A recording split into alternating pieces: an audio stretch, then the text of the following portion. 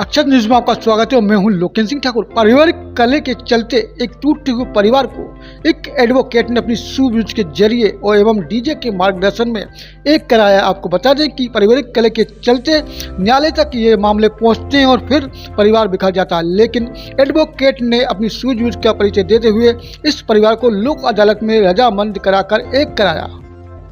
आरोन के ग्राम रोरी निवासी वीरेंद्र अहिरवार और उसकी पत्नी सविता के बीच घरेलू बात को लेकर विवाद हो गया था, जिसके बाद पत्नी अपने मायके चली गई। दोनों की शादी वर्ष 2023 में हुई और उनकी 18 माह की एक बच्ची भी है। विवाद बढ़ने पर पति ने न्यायालय की शरण ली एवं आवाज प्रस्तुत किया।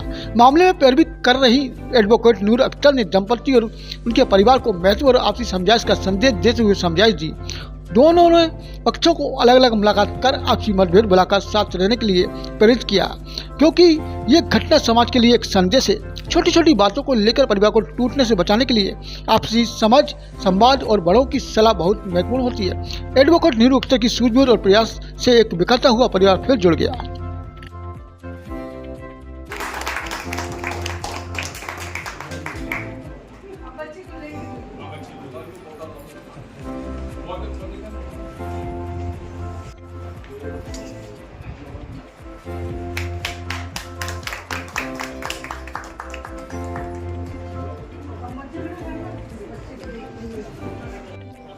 आज लोक अदालत आयोजित की गई। लोक अदालत में आज सुना है कि रजामंदी का केस आया था। किस तरह से आपने रजामंदी कराई इस मामले में?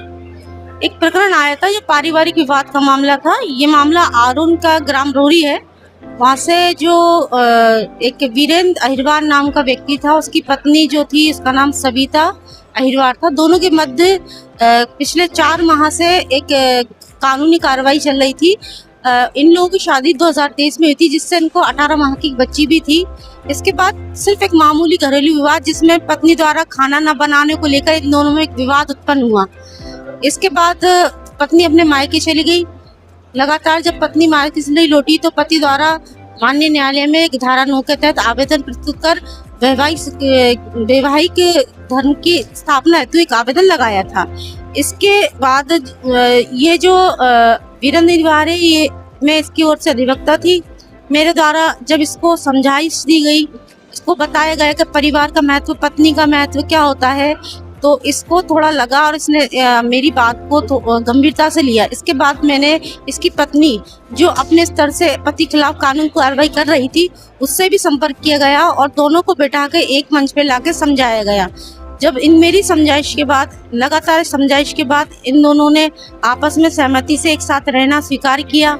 इनको ये स्पष्ट बताया गया कि अगर आपने इस तरह से वैवाहिक संबंधों को समाप्त किया तो आपके साथ आपकी 18 माह की बच्ची का भी भविष्य खराब हो सकता है। तो ये बात उनको अच्छी लगी। वही उनको नैतिकता और मानवीय दृष्टिकोण से भी कई बातें समझाई गई, जिनको उन्होंने आत्मसात करते हुए आज लोक अदालत में उपस्थित होकर माननीय न्यायालय के समक्ष राजीनामा किया।